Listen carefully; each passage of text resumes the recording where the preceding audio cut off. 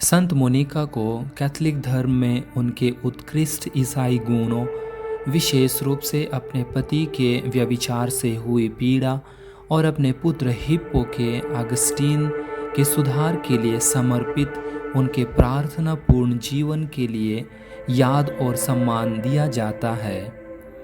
वह हर उस माँ के लिए एक प्रेरणादायक माँ है जो अपने जीवन में एक खुशी, धर्मपरायण और निष्ठावान परिवार बनाने के लिए संघर्ष करती है।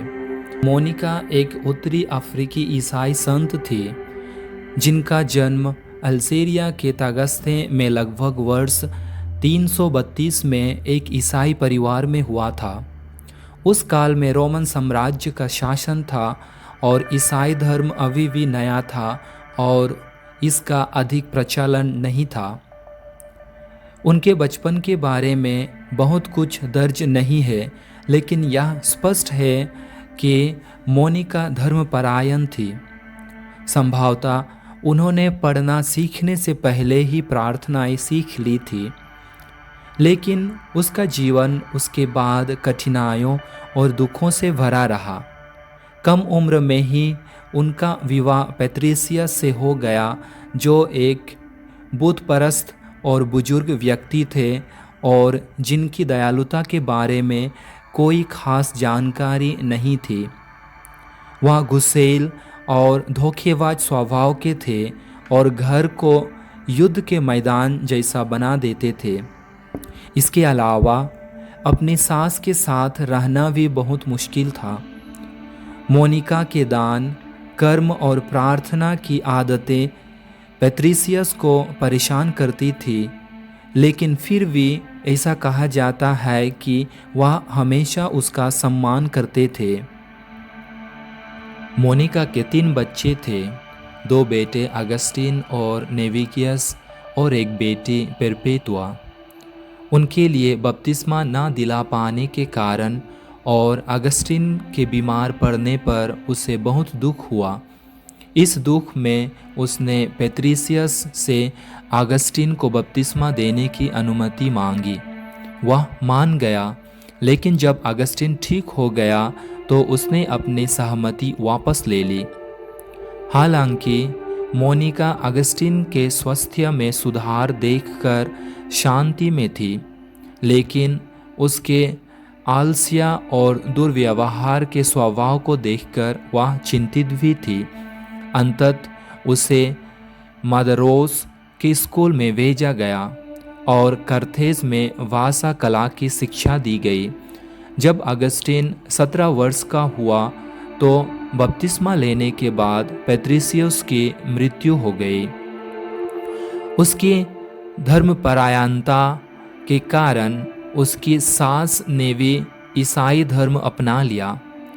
कर्थेज में अगस्टीन धीरे धीरे मनीचियन बन गया, जिससे मोनिका नाराज और बहुत दुख हुई।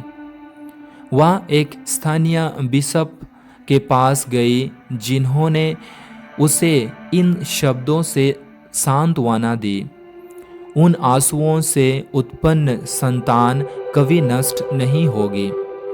मोनिका अपने भटके हुए बेटे के साथ रोम नगर गई, जहां वह गुप्त रूप से चला गया था। जब मोनिका वहां पहुंची तो अगस्टीन पहले ही मिलान जा चुका था, लेकिन वह मिलान तक भी उसके पीछे गई। यहाँ उसे संत अम्ब्रोस मिला और उसके माध्यम से उसने अंततः अगस्टीन को 17 वर्षों के प्रतिरोध के बाद ईसाई धर्म में परिवर्तित होते देखा। कहने का तात्पर्य यह है कि मोनिका 17 वर्षों तक रोई और अगस्टीन के धर्म परिवर्तन के लिए प्रार्थना की। मिलान में संत योहन बत्तीस्ता के चर्च में संत अम्ब्रोस ने उसे बपतिस्मा दिया। इसके बाद मोनिका और उसके बेटे ने इटली में कैसागो ब्रियांसा में 6 महीने शांतिपूर्ण तरीके से रहे और फिर वे दोनों एक साथ अफ्रीकी के लिए रवाना हो गए। जब वे अपनी यात्रा पर निकले और ओस्तिया में रुके, तो मोनिका की शांतिपूर्वक उज्ज्वल रूप से वर्ष 387 में मृत्यु हो गई। मोनिका को ओस्तिया में दफनाया गया था और शुरू में ऐसा लगता था कि उन्हें लगभग भुला दिया गया है। हालांकि 6ठी शताब्दी में उनके शरीर को ओस्तिया के सांता औरिया चर्च के एक गुप्त तहखाने में ले जाया गया था। बाद में उनकी समाधि को रोम के संत अगस्टिन बसिलिका में स्थानांतरित कर दिया गया। वर्ष 390 के दशक के अंत में पोप सीरिसियस ने उन्हें संत घोषित कर सम्मानित किया। उनका पर्व 27 अगस्त को मनाया जाता है।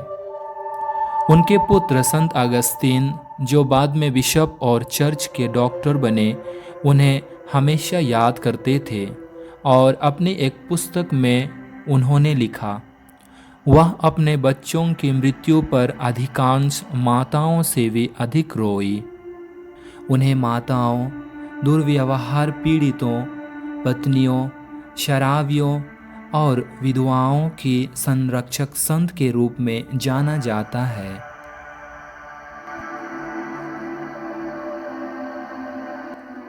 कहा जाता है कि 13 शताब्दी के दौरान संत मोनिका का आदर और भक्ति फैलने लगा और उनके सम्मान में 4 मई को एक उत्सव मनाया जाने लगा।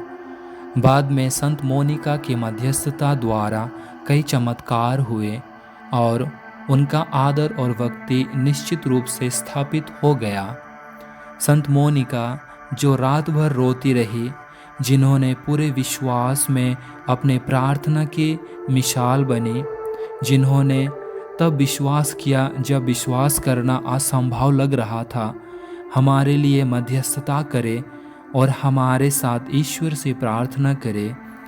हमें गहराई से प्रेम करने और ईमानदारी से प्रतीक्षा करने में मदद करे और हमें कभी ना हार मानने में प्रेरणा का स्रोत बने। आमीन।